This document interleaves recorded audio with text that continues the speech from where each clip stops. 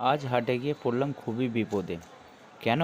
কেন বলতে হাটে গেছিলাম আজকে ভোর ৩টের সময়। আর এখন বাজে সকাল 8:30।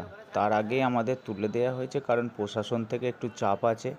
তোমরা তো জেনেই থাকবে কিংবা খবরে যে দেখে থাকবে, ওই যে গোলাপি গ্যাং বলে কিছু মহিলা আমাদের থেকে টাকা তুলতো, সেই নিয়ে একটু প্রশাসন থেকে চাপ আছে। আর যারা একটু বেশিক্ষণ বসছে কিংবা একটু কথা শুনছে না, রাস্তায় চলে এসে, তাদের জন্য এই সমস্যাটা। আমাদের কোনো সমস্যা হয়নি, আর হবেও না যদি আমরা খুব ভিতরে বসে এই যে ব্রিজের নিচের সামনেটা বসি।